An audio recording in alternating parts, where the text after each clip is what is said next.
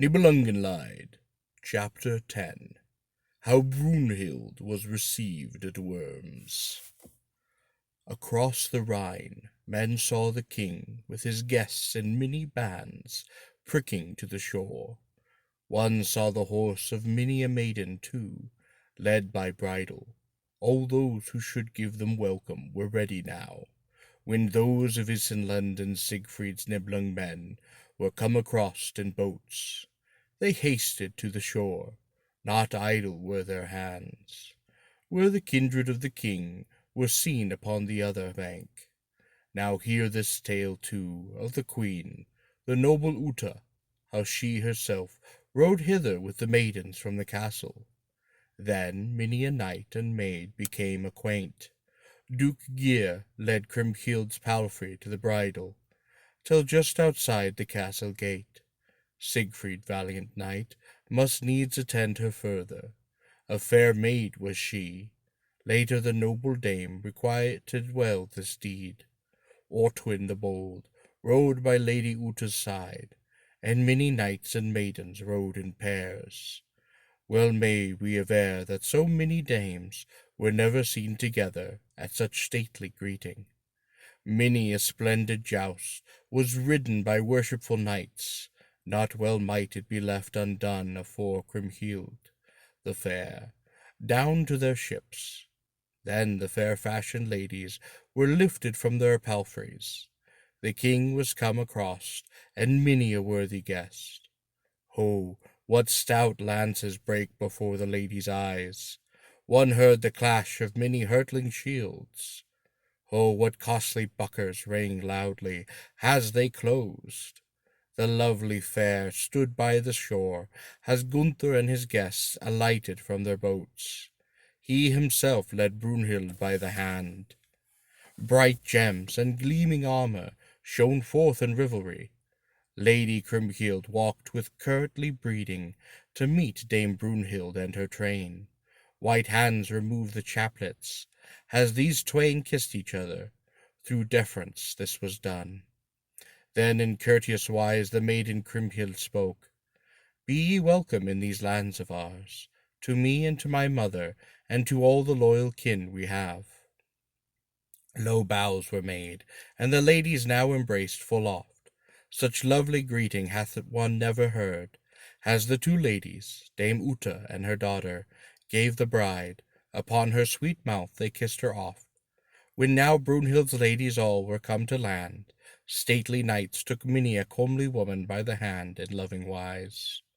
The fair-fashioned maids were seen to stand before the Lady Brynhild. Long time elapsed, over ever the greetings all were done.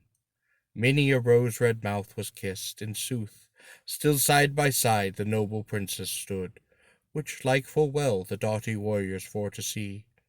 They who had heard men boast afore that such beauty had ne'er been seen as these two dames possessed, spied now with all their eyes, and must confess the truth. Nor did one see upon their persons cheats of any kind, these who wet how to judge of women and lovely charms. Praised Gunther's bride for beauty, but the wise had seen more clear and spake that one must give Kriemhild the palm before Brynhild. Maids and ladies now drew near each other. Many a comely dame was seen arrayed full well. Silken tents and many rich pavilions stood hard by, the which great filled the plain of Worms. The kinsmen of the king came crowding round, when Brynhild and Kriemhild, and with them all the dames, were bidden go to where shade was found. Thither the knights from the Burgundian land escorted them. Now were the strangers come to horse, and shields were pierced in many royal joust.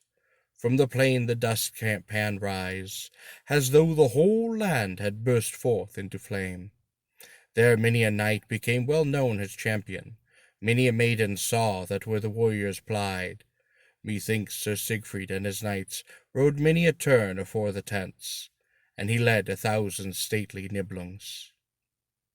Then Hagen of Trony came, as the king had counselled, and parted in gentle wise the jousting, that the fair maids be not covered with the dust. that which the strangers willingly obeyed. Then spoke Sir Gernot, "Let stand the steeds till the air grow cooler, for ye must be full ready when that the king will ride. Meanwhile let us serve the comely dames before the spacious hall." When now over all the plain the joust had ceased, the knights, on pastime bent, hied them to the ladies under many a high pavilion, in the hope of lofty joys. There they pressed the whole hours until they were minded to ride away. Just at eventide, when the sun was setting, and the air grew chill, no longer they delayed, but man and woman hasted toward the castle. Many a comely maiden was caressed with loving glances.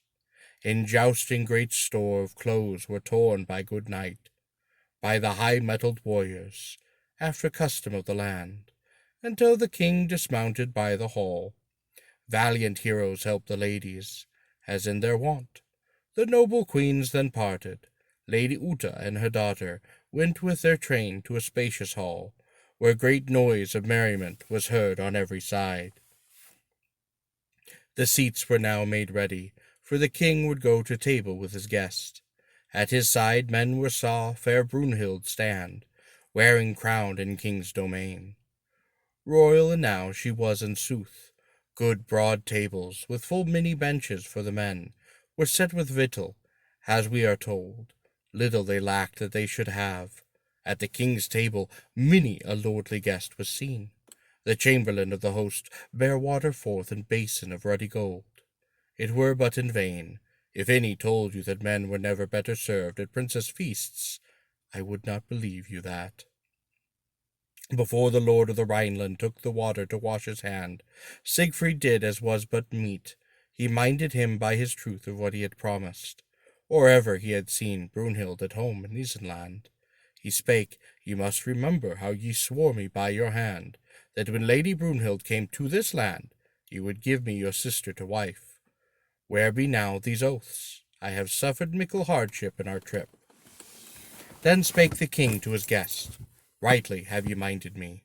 Certes my hand shall not be perjured. I'll bring it to pass as best I can." Then spake the king to his guests, "Rightly have you minded me. Certes my I just read that. Then they bade Brynhild go to court before the king.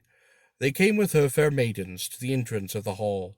At this Sir Gisler sprang down the steps. "Now bid these maiden turn again. None save my sister alone shall be here by the king." Then they brought Brynhild to where the king was found. There stood noble knights from many princes' lands. Throughout the broad hall one bade them stand quite still. By this time Lady Brunhild had stepped to the table too. Then spake King Gunther, "Sweet sister mine, by thy courtesies redeem my oath. I swore to give thee to a knight, and he hath become thy husband, then thou hast done my will most loyally." Quoth the noble maid, "Dear brother mine, ye must not thus entreat me. Certes shall ever be so, and whatever ye command, that shall be done. I'll gladly pledge my troth to him you, my lord, doth give me to husband." Siegfried here grew red at the glance of friendly eyes. The knight then proffered his service to Lady Brynhild. Men bade them take their stand at each other's side within the ring, and asked if she would take the stately man.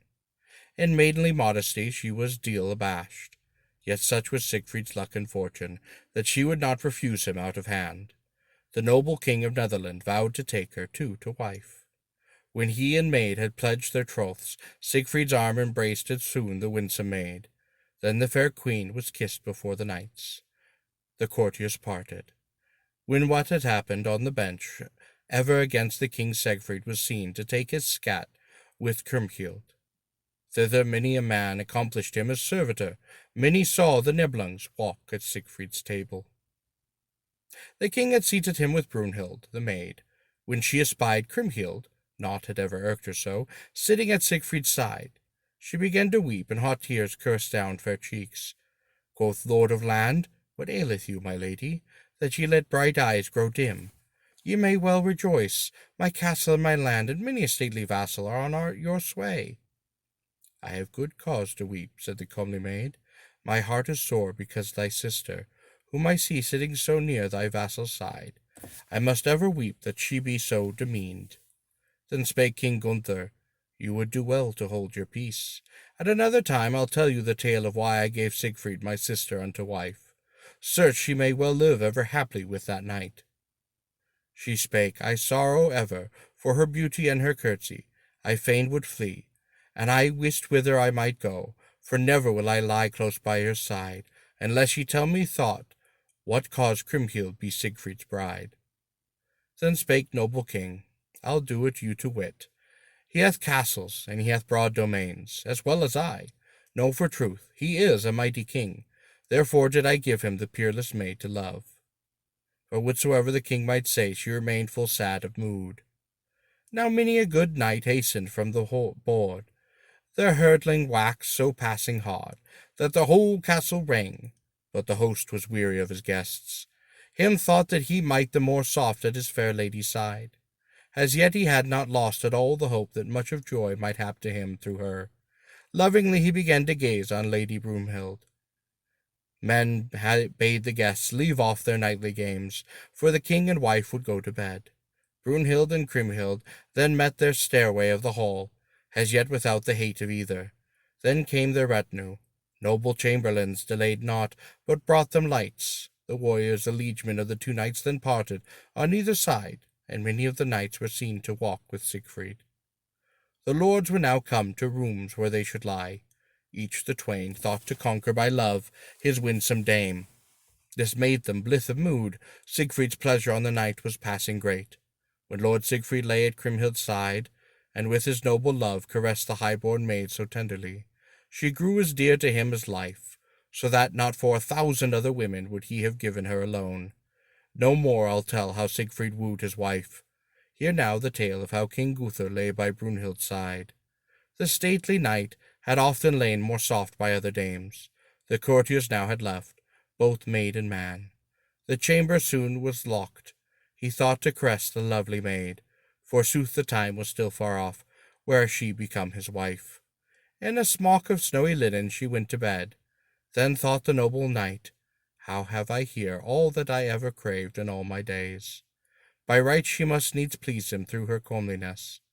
The noble king gained shroud, the lights, and then the bold knights hied him to where the lady lay. He laid him at her side, and great was his joy when in his arms he clasped the lovely fair. Many loving caresses he might have given, but had the noble dame allowed it. She waxed so wroth that he was sore troubled. He weened what they were lovers, but he found were hostile hate. She spake, Sir knight, pray give this over, which now ye hope.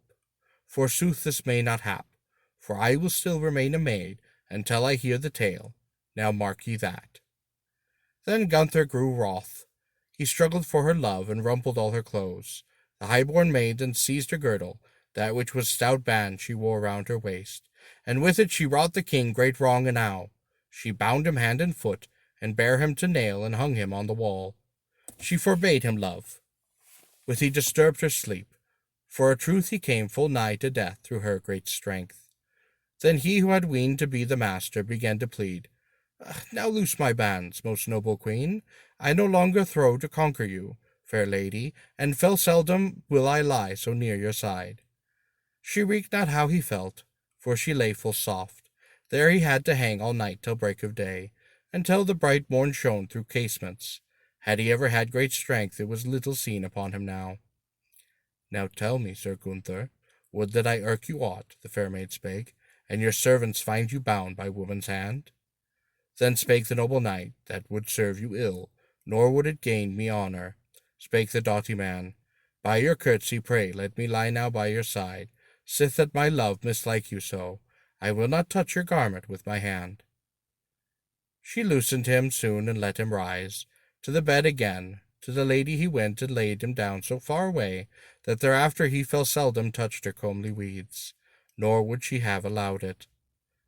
Then the servants came, and brought them new attire, of which great store was ready for them against the morn. However merry men made, the lord of the land was sad enow, albeit he wore a crown that day, as was the usage which they had said, when which they kept by right. Gunther and Brynhild no longer tarried, but hied them to the minster, where mass was sung. Thither too Sir Siegfried came, and a great press arose among the crowd. in keeping with their royal rank, there was ready for them all that they did need, their crowns and robes as well. Then they were consecrated. When this was done, all four were seen to stand joyful neath the crowns. Many young squires, 600 or better, were now girt with sword in honor of kings. As ye must know, great joy rose in Burgenland. One had spear shafts clashing in the hands of sworded knights. There at the windows the fair maids sat. They saw shining afore them the gleaming of many a shield. But the king had sundered him from his liegemen.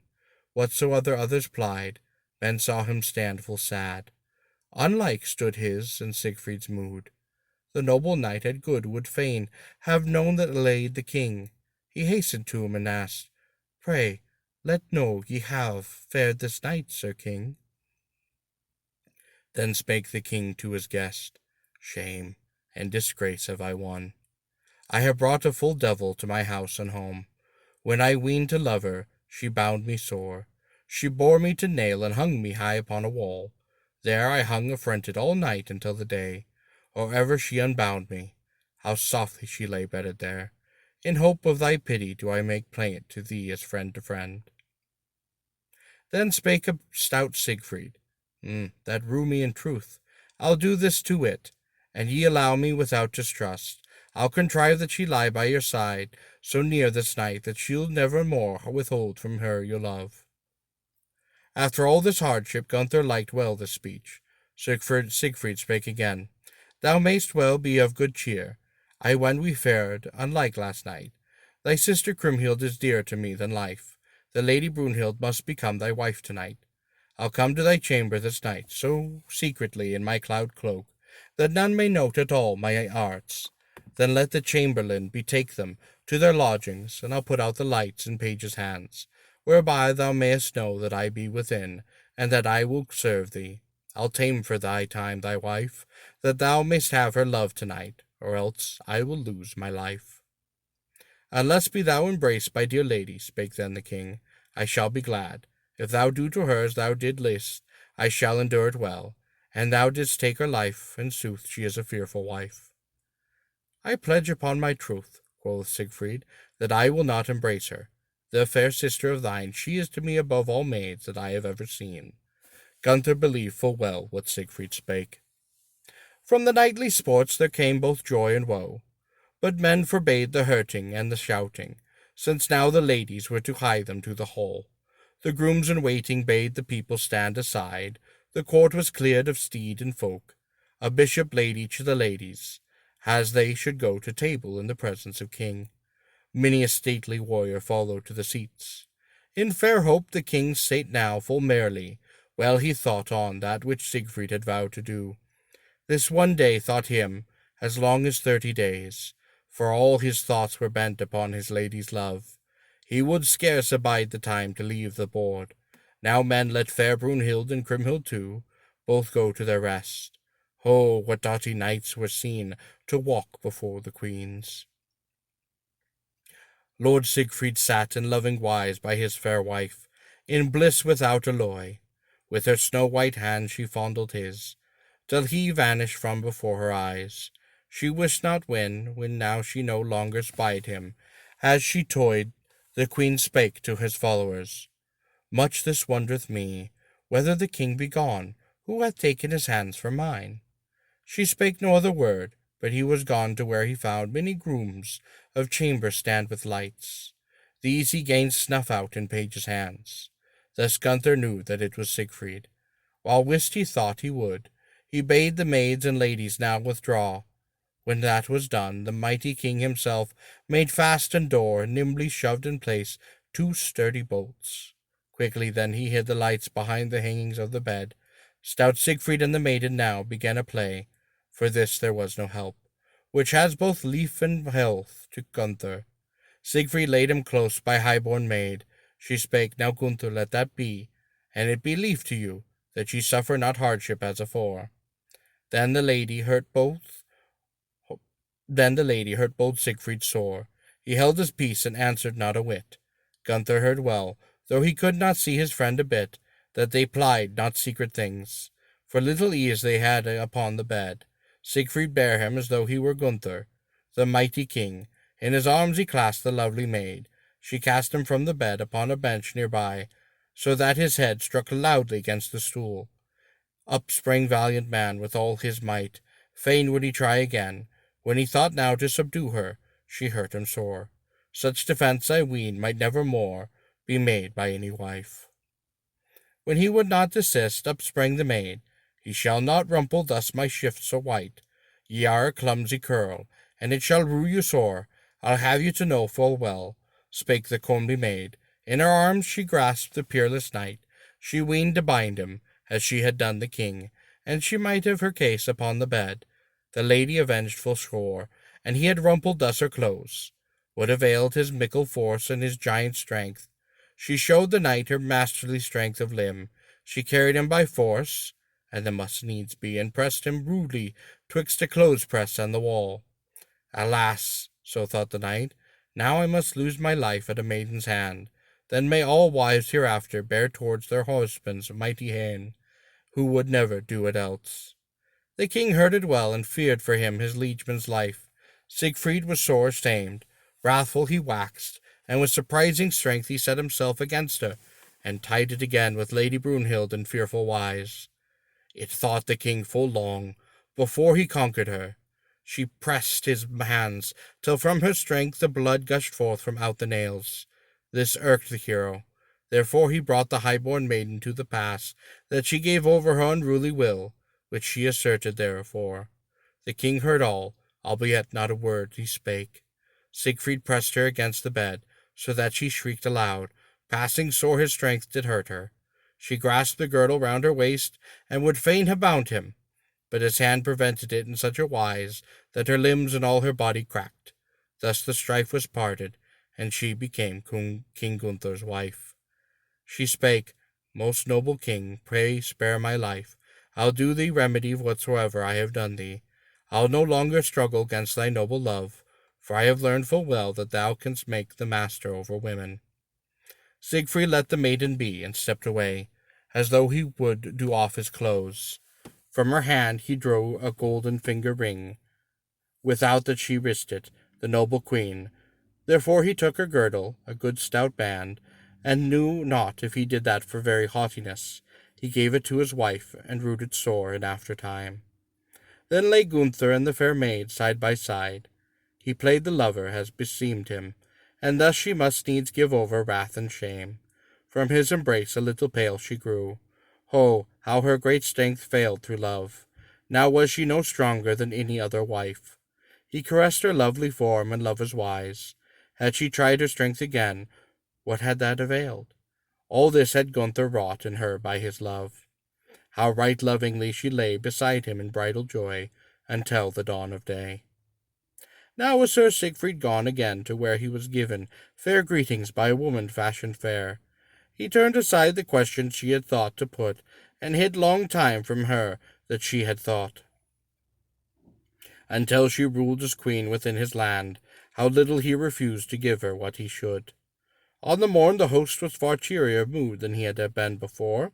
Therefore this the joy of many a noble man had great in all his lands, whom he had bidden to his court, and to whom he proffered much of service. The wedding feast now lasted till the 14th day, as that in all this while the sound never died away of the many joys which there they plied. The cost to the king was rated high. The kinsmen of the noble host gave gifts to his honor to the strolling folk, as the king commanded vesture and ruddy gold, steeds and silver too. These who they craved gifts departed hence full merrily. Siegfried, the land from Netherland, with 1,000 of his men, gave quite away the garments they had brought with them to the Rhine, and steeds and saddles too. Full well they wot how to live in lordly wise, those who would home again, through the time to long till the rich gifts had all been made. Never more have guests been better eased. Thus ended the wedding feast. Gunther the knight would have it so.